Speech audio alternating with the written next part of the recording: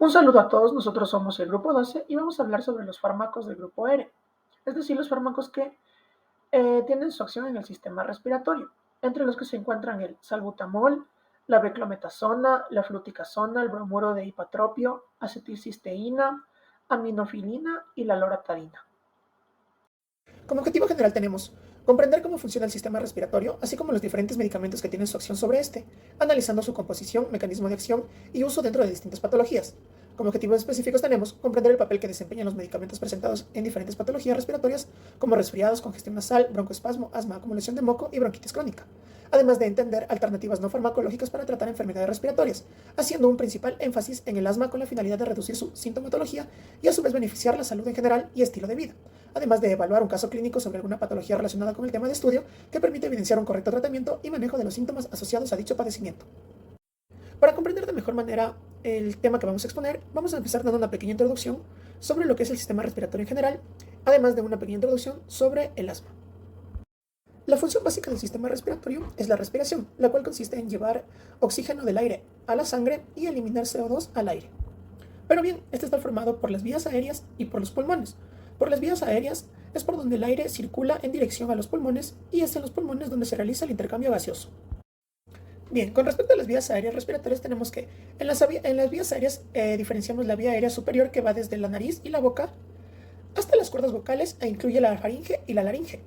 Y también tenemos la vía aérea inferior, que está formada por la tráquea, que llega hasta los bronquios principales, los cuales penetran en el interior de cada pulmón y se van dividiendo en ramas cada vez más pequeñas, que son los bronquiolos, los cuales a su vez, a medida que se introducen en los pulmones, terminan en unas bolsas denominadas alvéolos. Por último, con respecto a la composición de las vías, podemos observar que en las paredes de la tráquea y los bronquios más gruesos hay varias capas que, de afuera a adentro, son el cartílago, que le da la estructura y consistencia, una capa muscular y una cubierta más interna, que es la mucosa.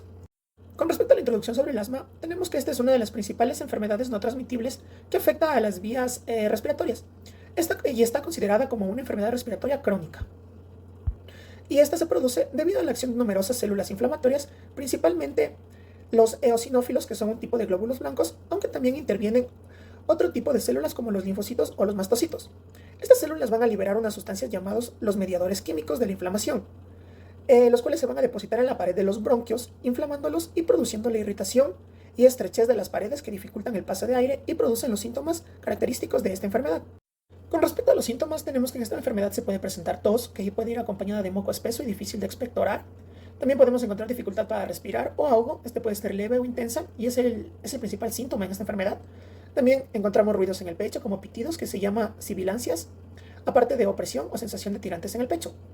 Bien, la intensidad de los síntomas es muy variable, pudiendo cambiar a lo largo de los días, incluso en el mismo día o de los meses. Sin embargo, si los síntomas se mantienen en el tiempo, da lugar al remodelado bronquial, que son cambios establecidos en la pared de los bronquios, poco reversibles y que causan síntomas permanentes.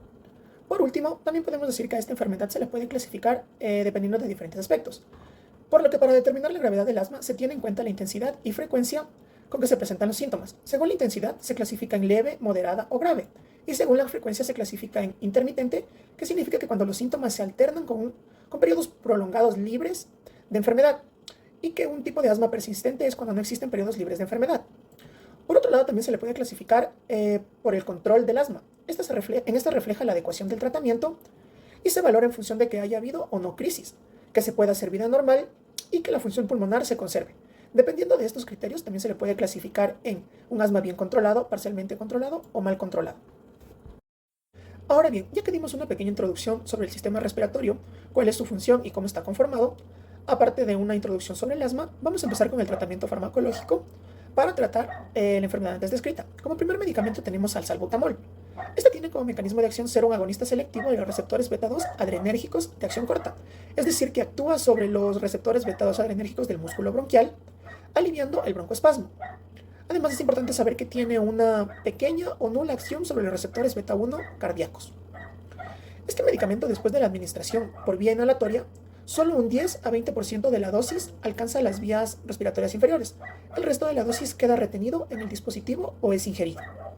Y por otro lado, hay que saber que este se absorbe por el tejido pulmonar, pero no se metaboliza en el pulmón, ya que al pasar a la circulación sistémica, este va a llegar al hígado, que es donde se va a metabolizar. Aparte, Es importante saber que se excreta en orina como sulfatamol inalterado y como sulfato fenólico inactivo. Aparte de que su inicio de acción va a presentarse a los 5 minutos, su efecto máximo se va a presentar en un tiempo de 30 a 90 minutos y la duración de la acción va a estar entre 4 a 6 horas. Con respecto a las indicaciones de este medicamento, tenemos que este es indicado para el tratamiento sintomático del broncoespasmo agudo en el asma, también para enfermedades pulmonares obstructivas crónicas con un importante componente de reversibilidad y para profilaxis del broncoespasmo inducido por ejercicio o exposición a alérgenos. Con respecto a la presentación, tenemos que este se le puede encontrar como líquido para inhalación en concentración de 0,1 miligramo por dosis o como líquido para nebulización en concentraciones de 5 miligramos por mililitro. Con respecto a las dosis, aquí se les va a presentar las dosis que se utiliza de este medicamento en cada forma en la que se le usa. Como por ejemplo, en inhalación, tenemos que en adultos la dosis adecuada es de 1 a 2 inhalaciones a demanda y que la dosis máxima en adultos es de 2 inhalaciones 4 veces al día. Mientras que en niños la dosis recomendada es de 1 inhalación a demanda, mientras que la dosis máxima diaria es de 4 inhalaciones al día. Si se le utiliza como nebulización intermitente, tenemos que en adultos la dosis sin diluir es de 2 mililitros durante 3 minutos, mientras que diluido, en este se tiene que diluir 1 mililitro con 3 mililitros de agua destilada o suero fisiológico y se tiene que administrar durante 10 minutos. Mientras que en niños la dosis adecuada es de 0,01 a 0,03 mililitros por kilogramo. Si este medicamento se le va a usar para prevención del broncoespasmo inducido por alérgenos o por ejercicios, tenemos que en adultos la dosis adecuada es de 1 a 2 inhalaciones 15 minutos antes de la exposición o del ejercicio y que en niños la dosis recomendada es de 1 inhalación 15 minutos antes de la exposición o del ejercicio.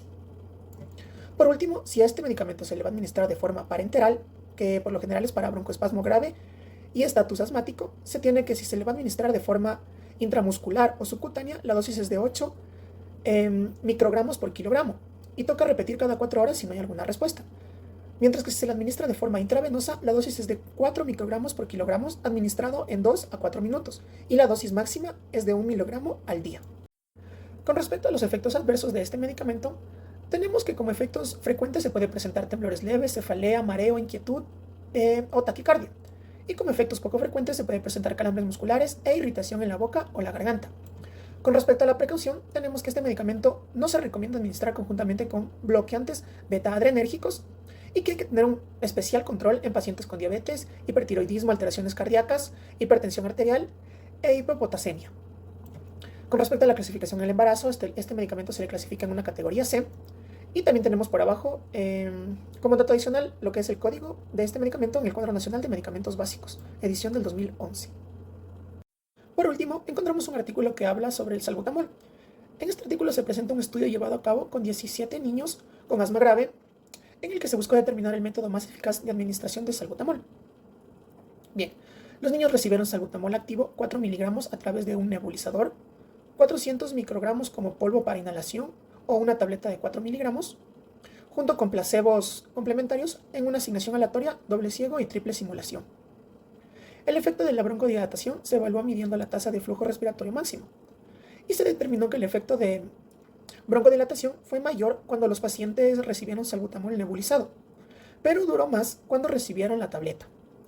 Y la aparición del efecto fue rápido con todas las formas de administración, por lo que se llega a la conclusión de que el salbutamol nebulizado proporciona el mejor alivio con respecto al asma grave.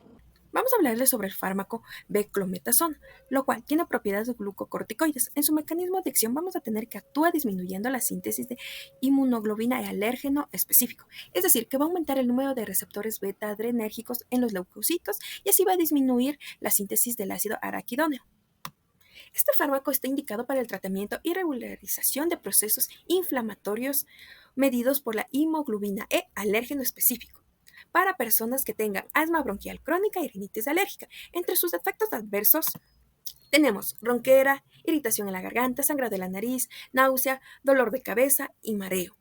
También cabe recalcar que este fármaco como efecto adverso tiene bajo crecimiento en niños, es decir, que su talla no va a estar acorde a su edad. Contraindicaciones. No se debe dar a personas con hipersensibilidad a la beclometasona o alguno de sus excipientes. No está indicado para aliviar broncoespasmos.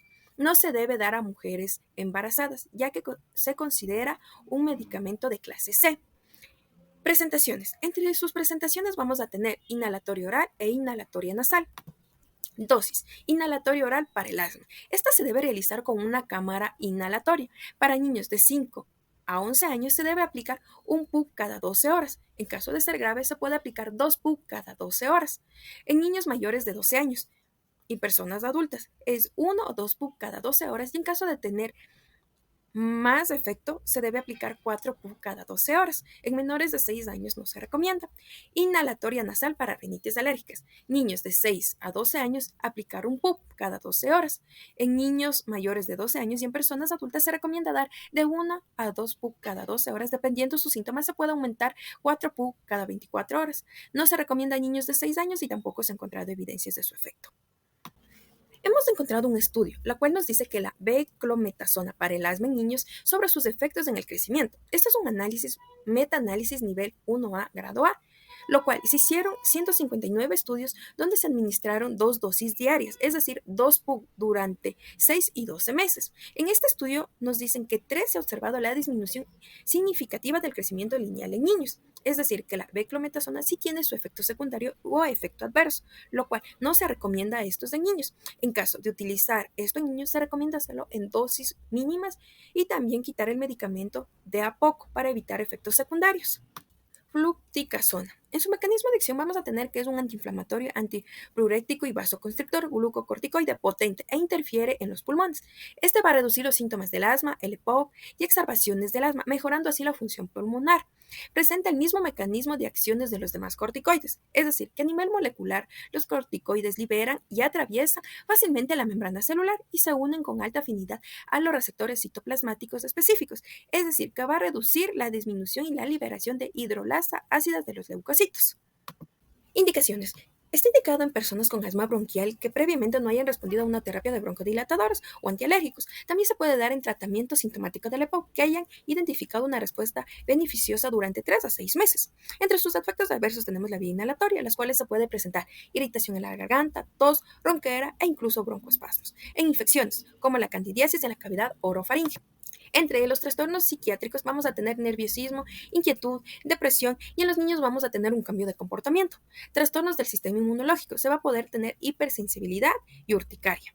Trastornos de la piel, vamos a tener dermatitis de contacto, dermatitis atópica y hematomas cutáneos. Está indicado o contraindicado más bien para las personas que tienen tuberculosis activa o larviada. No se debe dar a personas que tengan diabetes mellitus o EPOC con neumonía. Entre las presentaciones vamos a tener la inhalatorio oral. Sus dosis. Va a haber dosis de adultos, niños mayores de 16 años, los cuales se debe dar de 1 a 5 PUC cada 12 horas. Esto va a depender de la gravedad del asma. Entre el asma leve vamos a tener de 1 a 2 PUC cada 12 horas. En el asma moderada, de 3 PUC cada 12 horas. Y en caso que el asma sea grave, se debe dar de 3 a 4 PUC cada 12 horas. Cabe recalcar que los niños de 12 años sí pueden utilizar la cámara inhalatoria. Vamos a utilizar en niños mayores de 4 años de 1 a 2 PUC cada 12 horas. Y en niños de 1 a 4 años se va a utilizar un PUC cada 12 horas. Esto se debe de administrar con una cámara espaciadora para niños. Es decir, que las cámaras espaciadoras va a existir de 1 a 4 años un tipo y de 5 años a 12 años también va a existir otro tipo. Se recomienda utilizar la cámara espaciadora para que el medicamento pueda ingresar a los pulmones y tenga mejor efecto. Nos dice que la fluticasona versus el placebo para el asma crónica en adultos y en niños en un estudio controlado aleatorio nivel 1A, grado A, durante 86 estudios con 16.160 participantes entre niños y adultos con asma leve y moderada, al utilizar el placebo en cualquier dosis se redujo los efectos secundarios. Entre esto fue la tos, ronquera, dolor de garganta e incluso la candidiasis oral. Nos dice que el uso del placebo en dosis alta puede reducir los efectos secundarios a comparación de los corticoides. Es decir, que al utilizar el placebo en una dosis alta vamos a tener buenos resultados con menores efectos secundarios.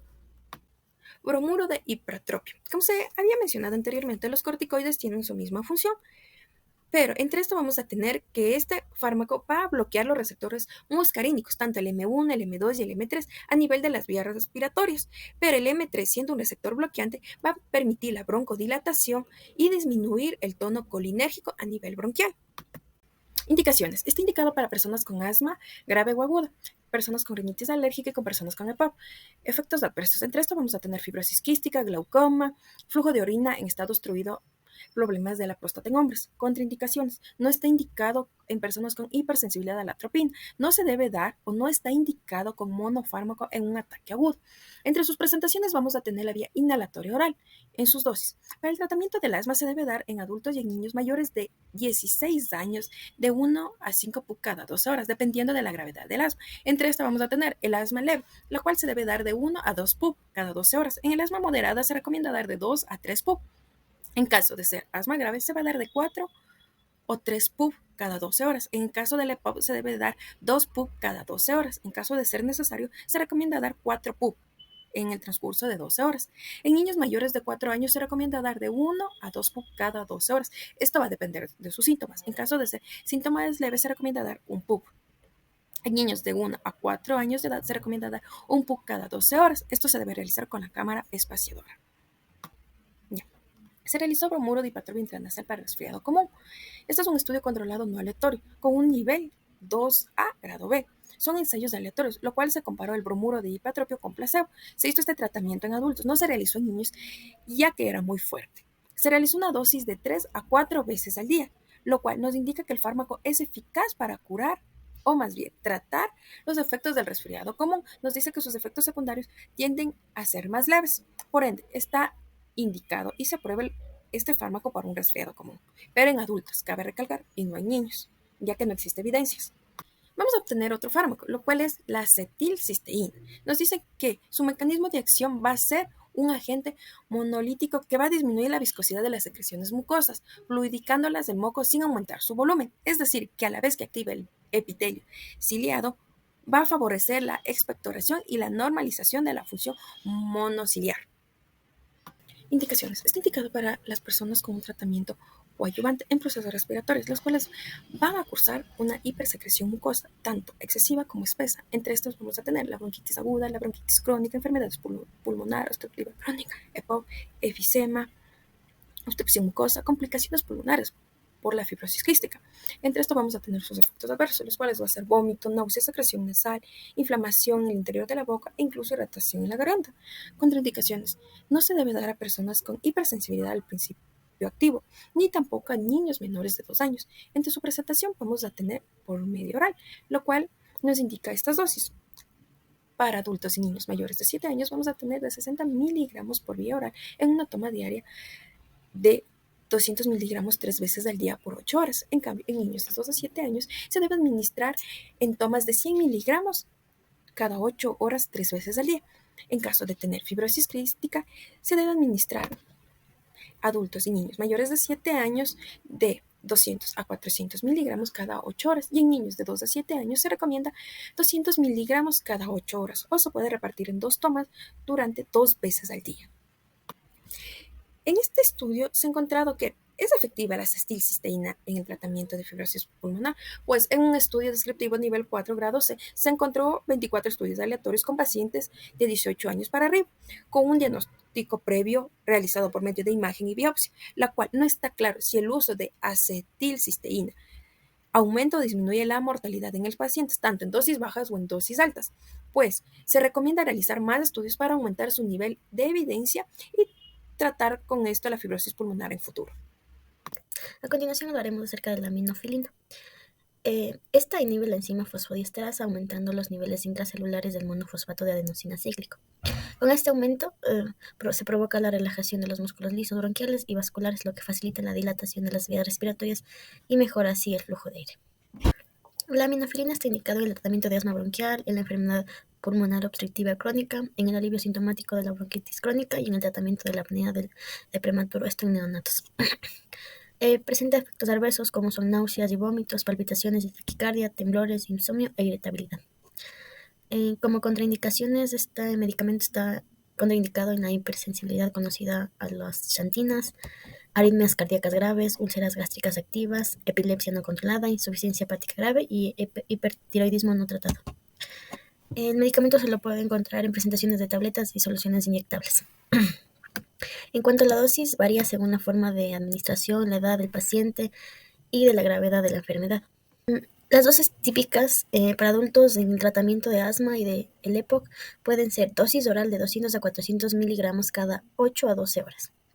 y dosis intravenosa de 0,5 a 0,9 miligramos sobre kilogramo por hora en una solución diluida. Este medicamento es categoría C en el embarazo. A continuación hablaremos acerca de un estudio experimental donde se habla sobre la minafilina en el bloqueo auriculoventricular avanzado post-infarto agudo al miocardio. Se analizaron 8 pacientes a los cuales se les administró una dosis de aminofilina de 240 miligramos en infusión intravenosa y se repitió una segunda dosis a los 60 minutos cuando persistió el bloqueo. En 5 pacientes se obtuvo la respuesta satisfactoria, ya que retomaron un ritmo sinusal con el bloqueo auriculoventricular de primer grado. La respuesta se observó entre los 25 a 50 minutos posteriores a la administración de la segunda dosis de aminofilina. Porque justo ahorita me tiene. Bien, ahora conoceremos algo sobre la loratadina. Su mecanismo de acción es inhibir la acción de la histamina. La histamina es una sustancia química liberada por el sistema inmunológico en respuesta a una alergia. Esta también es la responsable de causar los síntomas alérgicos como la picazón, estornudo, secreción nasal y ojos llorosos. Con la loratadina lo que se pretende es bloquear los receptores de histamina, reduciendo así las respuestas alérgicas.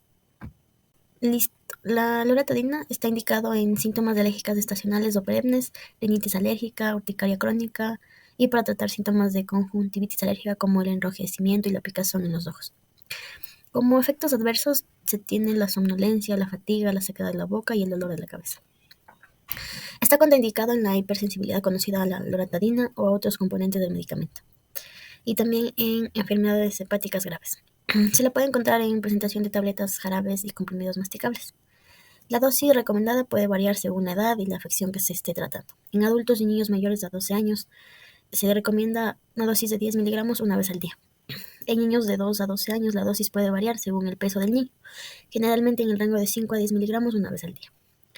En el embarazo se considera generalmente segura, especialmente durante el segundo y tercer trimestre. En un estudio autorizado se evaluó la eficacia y seguridad de 10 miligramos de citricina en comparación con 10 miligramos de noradrenalina y placebo en niños de 6 a 11 años de edad con rinitis alérgica estacional. La cetiricina a dosis de 10 miligramos fue específicamente más eficaz que el grupo placebo en el tratamiento de los síntomas de la rinitis alérgica estacional, mientras que la mejoría de los síntomas entre los grupos de loratadina a dosis de 10 miligramos y placebo no resultó significativamente diferente. Tratamiento no farmacológico. Dentro del tratamiento no farmacológico vamos a tener la recomendación de dejar de fumar. Dejar de fumar no va a revertir o curar enfermedades respiratorias, más bien va a disminuir las posibilidades de un cáncer de pulmón o de enfermedades cardíacas. En esto, su función pulmonar va a mejorar y los niveles de monóxido de carbono van a volver a la normalidad. Según la Organización Mundial de la Salud, el tabaco es la causa mayor de mortalidad más prevenible en el mundo. Es el único producto de consumo legal que puede llegar a dañar a todas las personas que se expongan a él y causar la muerte de hasta la mitad de quienes lo consumen. Mientras una persona a menor edad empiece a consumir o a fumar por primera vez, mayor va a ser el riesgo de convertirse en un fumador habitual y menores van a ser sus probabilidades de abandonar el tabaco, por lo cual sus tendencias a problemas cardiorrespiratorios van a ser mayores. Realizar actividad física va a mejorar la condición cardiovascular y la tolerancia al esfuerzo en los pacientes. También va a destacar la prevención y el control de la obesidad, como la protección cardiorrespiratoria. Va a tener también mayor importancia sobre el bienestar fisiológico, psicológico y sociológico. También se recomienda evitar la humedad, polvo o ácaros. El aire caliente o húmedo puede causar complicaciones principalmente en personas asmáticas, ya que el aire húmedo es mucho más difícil de respirar, por lo que se siente más pesado y denso. Para evitar lo que es la humedad, se recomienda una ventilación adecuada, eliminar filtraciones, quitar alfombras o colocar un equipo deshumificador dentro de la habitación o de la casa. Otras medidas es el uso de fundas de colchón, almohadas, lavar regularmente la ropa de cama y la ropa de vestir, principalmente con agua caliente, evitando el uso de irritantes como cloro, perfumes, entre otros. Por otro lado, tenemos el método buteico, que es una reeducación respiratoria para pacientes con asma leve o moderada que se encuentren en una fase estable, para así aumentar los niveles de CO2 sanguíneos. Este método fue impuesto en 1956 por el doctor Buteyko, que observó que las personas sanas y no sanas tienen patrones respiratorios muy diferentes. Observó que que las personas menos sanas tienden a respirar con la boca abierta y tienen un ritmo respiratorio aumentado. Estas observaciones eran mucho más preocupantes durante el momento del sueño. Es por todo esto que el Dr. Buteikor desarrolló una técnica de respiración centrada en el control de la proporción entre lo que es la inhalación y la exhalación para enseñar a las personas a controlar su respiración. Se ha demostrado que esta técnica ayuda a quienes sufren de asma, ataques de pánico o hasta personas que sufren de trastornos del sueño. Lo que va a hacer es provocar una relajación en la musculatura lisa presente en las vías aéreas respiratorias, disminuyendo la broncoconstricción. Va a constar de los siguientes pasos. La persona tiene que tomar una postura correcta en un lugar cómodo y con la espalda erguida. Después de expulsar la primera respiración, va a tapar su nariz con los dedos. Va a activar un temporizador y va a contener la respiración hasta que sienta el primer impulso para respirar. No debe esforzarse para contener la respiración la mayor cantidad de tiempo que pueda, solo debe dejarse llevar naturalmente. En cuanto siente el impulso de volver a respirar, debe destapar su nariz y seguir respirando. La profundidad de esta primera respiración tiene que ser igual a la que tiene antes de contener la respiración y así en repetidas ocasiones. Aquí tenemos otro artículo científico que nos habla sobre la cafeína en personas con asma. Nos dice que es un broncodilatador débil que tiene la capacidad de reducir la fatiga de los músculos respiratorios y que está relacionado químicamente con el fármaco teofilina que se usa también para tratamientos con el asma. Se sugiere que la cafeína puede reducir los síntomas del asma. En esta revisión se incluyeron ensayos aleatorios de cafeína oral en comparación con placebos o cafeína en comparación con café descafeinado en adultos con asma.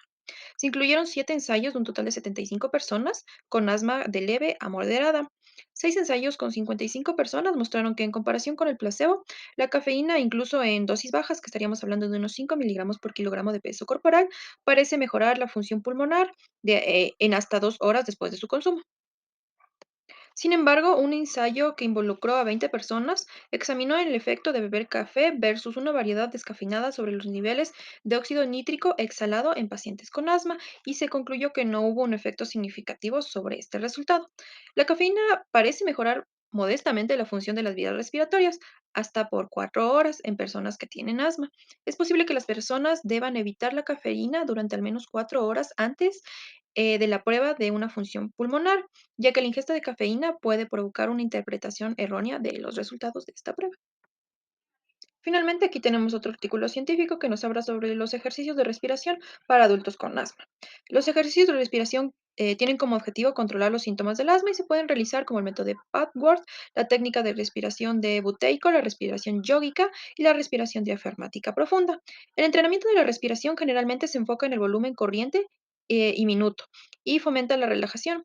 El ejercicio en el hogar, la modificación del patrón de respiración, la respiración nasal, la retención de la respiración, la caja torácica inferior y la respiración abdominal. Esta revisión nos habla de un total de 22 estudios con 2.880 participantes. 14 estudios se utilizaron el yoga como intervención, 4 estudios utilizaron el reentrenamiento de la respiración, uno el método buteico, otro el método buteico y pranayama, uno el método Pathworth y uno lo que es la respiración diafragmática profunda. Los ejercicios de respiración pueden llegar a tener algunos efectos positivos en lo que es la calidad de vida, los síntomas de hiperventilación y la función pulmonar. Debido a algunas diferencias metodológicas entre los estudios que se incluyeron en esta revisión y los estudios con metodología deficiente, la calidad de la evidencia para estos resultados medidos varió con certeza de moderada a muy baja. Además, se hace mención a que se requieren muchos más estudios adicionales para concluir en una eficacia de esta recomendación. A continuación tenemos un artículo científico que nos habla sobre la kinesiterapia respiratoria. La kinesiterapia respiratoria es raramente curativa para deficiencias o disfunciones respiratorias. Va a desempeñar un papel en lo que es la prevención o el tratamiento de complicaciones de una enfermedad respiratoria, ya sea esta aguda o crónica. También puede ser un tratamiento paliativo en donde se van a educar a los pacientes para cuidar su enfermedad respiratoria crónica. Sus principales aplicaciones van a ser en la congestión aguda o el tratamiento de una congestión crónica en el caso de enfermedades hipersecretoras, la obstrucción y de sus consecuencias sobre la mecánica ventilatoria externa, la disfunción aguda de la mecánica ventilatoria externa, una insuficiencia respiratoria aguda o crónica y la rehabilitación al esfuerzo, la disminución de la disnea y la mejora de la calidad de vida. En función del paciente y del contexto clínico, la kinesiterapia puede ser curativa para el tratamiento de una deficiencia en raras ocasiones o para corregir una disfunción que es con mucha más frecuencia, preventiva para evitar la descompensación de una enfermedad crónica o tratar de limitar o retrasar su empeoramiento. También puede ser paliativa para compensar o manejar una discapacidad. Por otro lado, va a ser útil para lo que es el tratamiento de una congestión aguda, como una infección bronquial, o en el control de una congestión crónica. En la elaboración del plan terapéutico en kinesiterapia es el proceso por el cual se determina una meta realista con la reeducación. ¿No? Este plan se basa en un programa de objetivos alcanzables mediante el empleo de los medios ya adoptados. A continuación, el caso clínico. Hombre de 46 años, sin antecedentes de interés, sin relaciones medicamentosas conocidas o hábitos tóxicos, no presenta antecedentes familiares de patología respiratoria ni atopía y trabaja como administrativo. Se lo deriva a atención primaria por disnea en relación con el ejercicio físico. Es un deportista que realizaba maratones desde hace años sin clínica bronquial previamente. Y en este último año, entre los meses de junio y julio, principalmente llegó a presentar una clínica de rinitis con síntomas subjetivos de hiperactividad bronquial exclusivamente cuando salía a correr. A la exploración presenta un buen estado general, estando euneico, auscultación cardiopulmonar con tonos cardíacos rítmicos a buena frecuencia, sin soplos, ruidos respiratorios normales, sin sibilantes ni crepitantes, pulsiometría basal del 98%. A los exámenes analíticos se ve un hemograma y bioquímica general dentro de la normalidad, incluida la inmunoglobulina total. También se le realiza una radiografía de tórax postero anterior y lateral que no mostraba alteraciones. Finalmente, se valora la respuesta al ejercicio mediante la monitorización con espirometría forzada, donde el paciente presenta una caída de mayor a 10%. Con estos exámenes y pruebas previamente se le diagnostica con BIE, que significa broncoconstricción inducida por el ejercicio. En cuanto al tratamiento farmacológico, lo que se le recomienda al paciente es un agonista beta-2 de acción corta inhalado, como el salbutamol, 15 minutos antes del ejercicio. También un corticosteroide inhalado o un agonista del receptor de leucotrienos. Asimismo, si el paciente presentara alguna alergia, se le recomendaría un antihistamínico como la loratadina. Finalmente tenemos el tratamiento no farmacológico, donde se le recomienda al paciente mantener un ejercicio de calentamiento antes de la actividad física, y también en climas fríos se le sugiere utilizar mascarilla o bufanda que caliente y humidifique el aire durante el ejercicio. También en personas que tengan obesidad se les recomienda mejorar su acondicionamiento físico y perder peso. Igualmente también es recomendable tener una dieta baja en sal y tener suplementación con aceites de pescado y ácido ascórbico. Gracias. Conclusiones. Las enfermedades respiratorias pueden incluir una amplia variedad de afecciones, entre las cuales podemos tener silicosis, asma y la enfermedad pulmonar, relacionada con sustancias químicas aromatizantes. Se han presentado una gran variedad de casos de enfermedad pulmonar obstructiva crónica, que es una afección que puede llegar a ser muy grave en ciertas personas. A causa de esta enfermedad, de las vías respiratorias más pequeñas del pulmón, estaríamos hablando de los bronquiolos, se van a llenar de tejido fibroso, se van a estrechar y van a generar un bloqueo en el paso del aire. Pudimos identificar los fármacos pertenecientes al grupo R y su utilidad para cada enfermedad, así como el salbutamol y la beclometasona usada para el tratamiento del asma y en algunos casos para la rinitis alérgica. La fluticasona usada para casos de POC y tratamientos que no respondieron favorablemente a broncodilatadores. El bromuro de hiperatropio es común en casos de asma aguda y crónica, como también en rinitis o EPOC. La acetilcisteína con una amplia aplicación que va a ir desde una hipersecreción mucosa, bronquitis, EPOC, hasta una fibrosis pulmonar. La aminofilina usada para la apnea del prematuro y finalmente la loratadina conocida por su uso en casos de alergias. Finalmente se logró encontrar e identificar alternativas no farmacológicas para disminuir los síntomas de enfermedades respiratorias, mas no para curarlas o erradicarlas, entre las cuales podemos nombrar los ejercicios de respiración, que se van a encargar de hacer que el paciente fortifique y entrene su sistema respiratorio durante una crisis y así pueda manejarla de mejor manera, así como la recomendación de eliminar el consumo de tabaco en la vida de las personas con alto riesgo de padecer este tipo de enfermedades o aquellas que ya las padezcan, para de esta forma evitar más complicaciones, aumentando moderadamente también el ejercicio en su vida. El método buteico con una opción para la reeducación respiratoria, principalmente en pacientes con asma leve o moderada, para así lograr aumentar sus niveles de CO2 sanguíneos. Luego de lo anteriormente mencionado, se logró relacionar directamente un caso clínico sobre un hombre con diagnóstico de una broncoconstricción inducida por ejercicio, donde podemos recalcar el hecho de implementar el ejercicio de manera moderada y controlada. El ejercicio en personas con riesgo de enfermedades respiratorias, a la cual se le prescribió salbutamol, beclometasona y loratadina, para controlar y se realizó una recomendación de ejercicio previo al entrenamiento, cubrirse durante temperaturas de frío y una alimentación con aceite de pescado y ácido ascórbico como parte de su tratamiento no farmacológico.